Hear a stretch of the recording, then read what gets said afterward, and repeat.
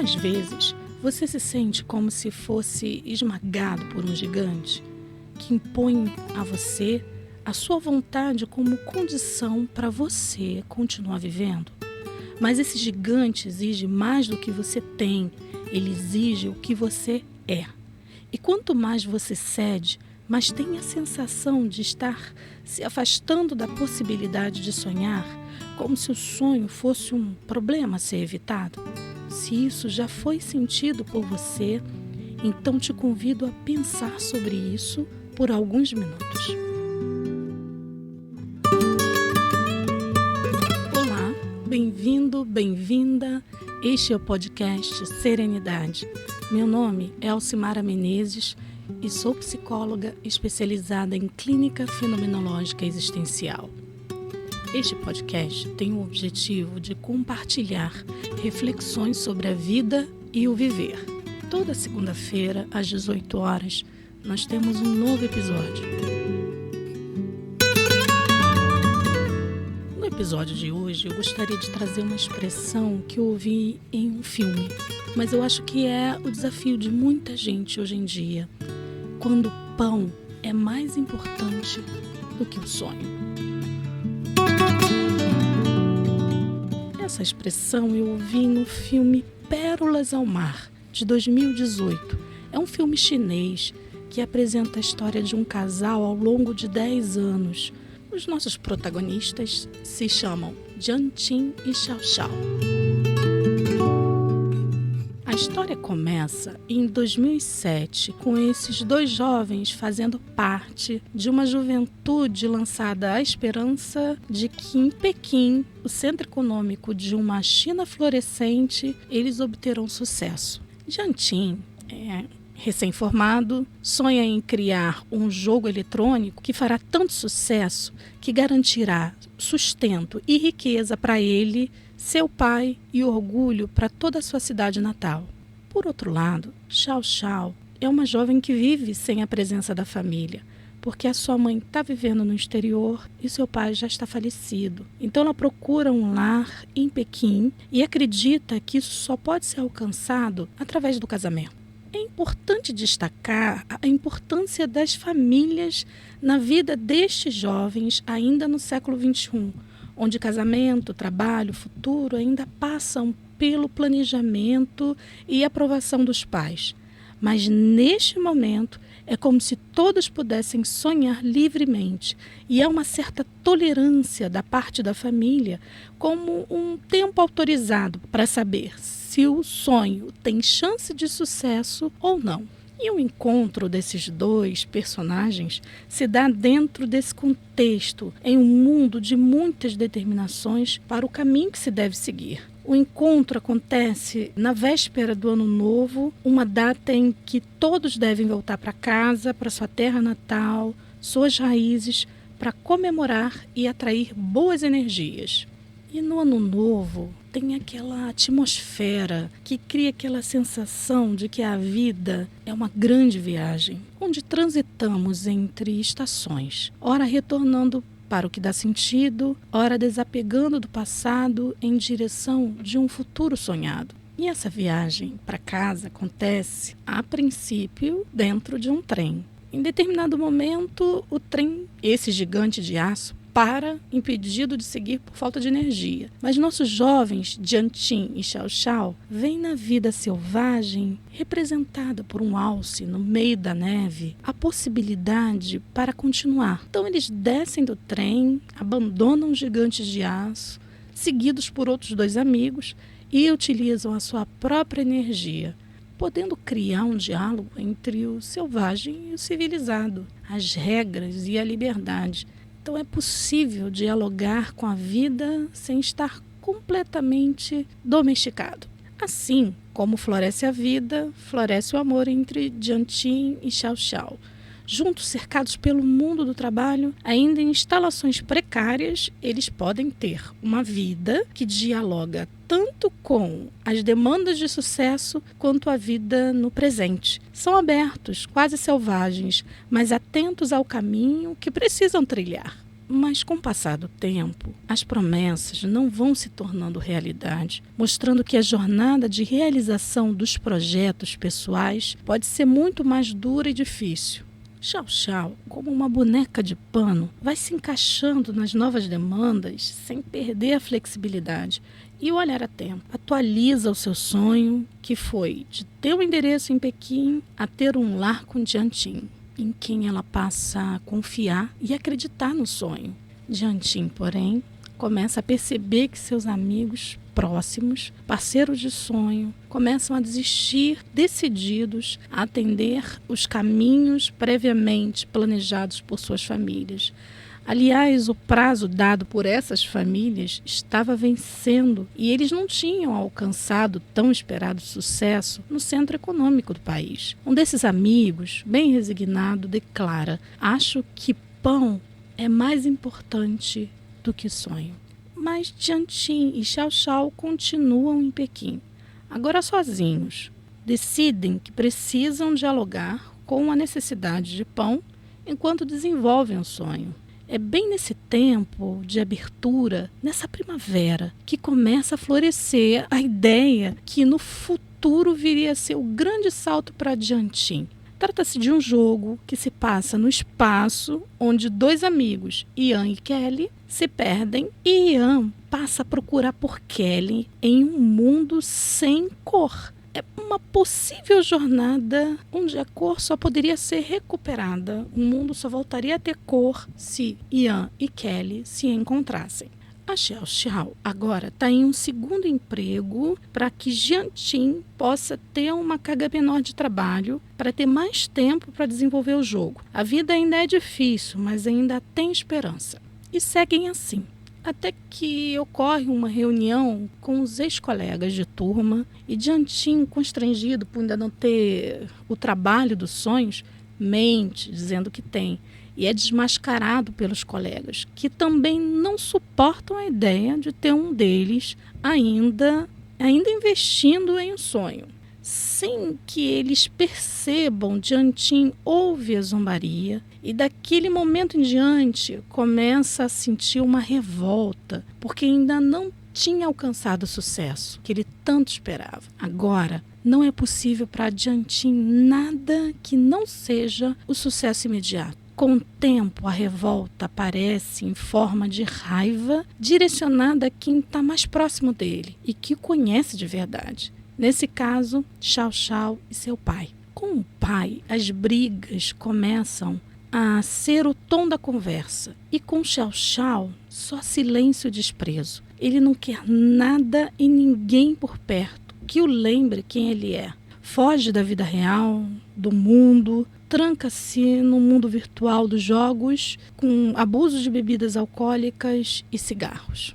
Até que um dia, Xiao Xiao desaparece. Depois de uma despedida que não foi sequer ouvida por Jianqing. E ao se dar conta do desaparecimento dela, ele se afunda em uma depressão e fica assim por dias, no escuro, sem se alimentar. Agora nem jogos, nem abuso de substâncias, nada mais dá conta. Agora também não tem mais a quem culpar, que se assuma como responsável pelo sentimento de fracasso dele. Se ele não pode ser um homem ideal e ter uma vida ideal, prefere não desistir. Se ele não pode ser um homem ideal, com uma vida ideal, então ele prefere não existir.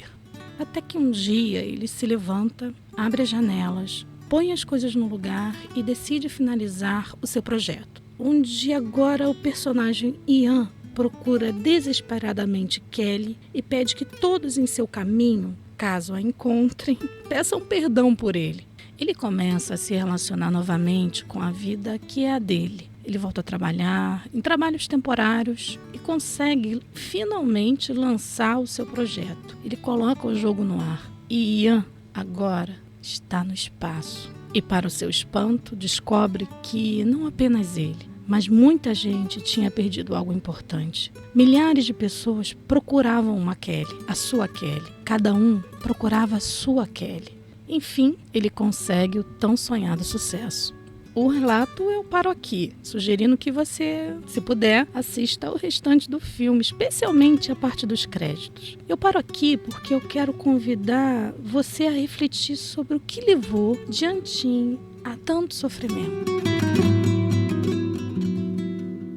Será que o sonho e a vida ideal podem conversar? Se você considerar que o sonho é algo que nasce da singularização da tua existência, que tem uma relação com a tua história, com o mundo que você vive e a jornada que está à sua frente, ao sonhar você vai ter uma experiência única, que está alinhada ao seu tempo, que vai acompanhar as estações, que vai mudando de acordo com as transformações que você passa ao longo da vida. Já a vida ideal é definida por um conjunto de normas sociais que definem o que é sucesso, como você tem que obtê-lo e que caminhos você pode seguir. Sabe, são aquelas fórmulas de vida bem-sucedida, são as medidas sociais com as quais somos medidos. É sempre algo que tem que ser uma referência, grande o suficiente para poucos alcançarem. Tem que ser gigante, ter metas gigantes, tem que ser poderoso e tem que ser desejado. Mas o desejo por uma vida ideal pode atravessar os nossos sonhos, capturando as nossas medidas, nos fazendo acreditar que é tudo o que queremos, mesmo que nos tire a capacidade de escolher a vida, o caminho e o sonho. O gigantismo do eu ideal pode criar uma atmosfera de constante rejeição e apequenamento disso que nós vamos chamar de eu real. E quanto mais distante do eu ideal se está, quanto mais desejável for essa referência, esse eu ideal, mais se fica sujeito às avaliações negativas dos outros e de si mesmo. O educador brasileiro Paulo Freire escreveu um livro sobre a pedagogia do oprimido, que fala da forma como se constrói lugares de opressor e oprimido. O lugar de opressor é um lugar visto como positivo dentro do sistema socioeconômico ocidental, porque se entende que o opressor é como um dominador e o oprimido como dominado. E ninguém pode desejar ser dominado, mas todos devem desejar ocupar o lugar do opressor, do dominador. Inclusive, em muitos casos, o oprimido vê como uma saída de sua opressão se tornar um opressor, como aqueles que podem oprimir. Então ele pode descarregar no mais fraco toda a sua raiva e tentar tornar esse outro dominado por ele. Porque é assim que se torna esse eu ideal. Esse eu ideal já não tem mais a ver com os seus sonhos, mas com a possibilidade de estar acima do outro e submetendo ao outro. Mas isso não resolve as coisas para o oprimido, que se torna um opressor, que se torna um dominador. Porque isso, essa superioridade, não passa de uma ideação, um desejo. Porque ele vai precisar continuar submetendo o outro à sua vontade para se sentir o dominador. E isso é assustador, porque constrói uma prisão onde a relação com o mundo e consigo mesmo não pode ser outra. Na verdade, tem sofrimento nesse processo, porque tudo que for real e verdadeiro assusta e desespera. Fico pensando nesse caminho de sofrimento, colorido de glórias, assim como um perfume disfarça um cheiro ruim, que se tornou um caminho tão distante do sonhado, onde até sonhar virou um problema, porque o que aparece são pesadelos, e pesadelos que vão despertando medo, a raiva, a frustração, que vão se tornando pânico e depressão. Um caminho que vai tornando a gente escravo das metas, da competição, do individualismo, que tem um caminho onde a gente não pode parar para se recuperar, para cuidar do machucado. Heidegger, um filósofo que pensou sobre a existência na Europa do século XX, defendia que um novo começo apenas seria possível com uma crise dos preconceitos, que significa que precisaria haver um rompimento, uma perda do cotidiano, onde os recursos que você costumava utilizar não vão funcionar mais para resolver as suas questões e se manter no mesmo lugar. Então, que você não teria mais um lugar seguro para voltar, que te garantisse a normalidade. Assim como uma tromba d'água que, com a força das águas, vai movendo as pedras e inundando as margens, que apenas a partir de uma crise, novos começos ou novos caminhos são possíveis. É estar no meio de uma bagunça, de uma grande bagunça para arrumar. Você tem que decidir cada coisa que fica e o porquê, e o que entra e o que sai. Esse tipo de coisa que, se não for provocada, a gente tenta adiar por mais tempo possível ou nem vê a necessidade. Aliás, tem gente que odeia mudança por isso. Assim como o Tiantin, que precisa passar pela crise do desencontro com os ex-colegas e a perda de Xiao Xiao, eu queria incluir aqui uma reflexão, o pensamento de um líder indígena, Ailton Krenak, que publicou suas reflexões a respeito do fim do mundo, com o título Ideias para Adiar o Fim do Mundo. Ele fala de um lugar, de um povo que viu seu mundo acabar algumas vezes, como quando ocorreu a colonização europeia. As mudanças de território, as ameaças de dominação de um mundo ocidentalizado, todas essas mudanças trouxeram crises para os indígenas que tiveram que aprender a cruzar desertos, a construir novos caminhos, a construir novos mundos. Penso que uma crise se parece com o fim de um mundo que estruturava o nosso cotidiano, que nos definia, que definia para onde voltaríamos sempre que nos sentíamos ameaçados por mudanças. Então, ele traz o sonho como esse lugar de revelação do caminho, revelação do que é importante, revelação de quem somos. Então, entre os povos originários, o sonho tem um lugar especial. O sonho é desejado. Sonhar torna o dormir um lugar de revelação. Um pouco diferente do que muita gente no mundo civilizado, ocidental, capitalista, vive, onde a falta de sono vai ficando cada vez mais comum. Ailton Krenak também faz referência ao livro de Davi Copenaua Yanomami, que trata da queda do céu. Ele pensa no esforço feito pelos Yanomamis em suspender o céu. Ele sugere que quando o céu estiver muito baixo, a gente deve erguer os braços como se a gente estivesse empurrando o céu e respirar.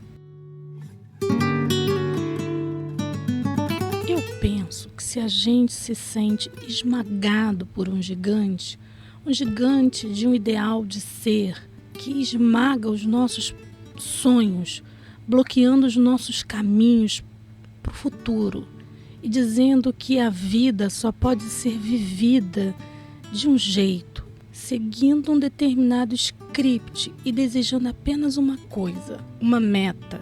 A gente pode levantar os braços para suspender um gigante que tenta nos esmagar, apenas para poder ampliar o horizonte.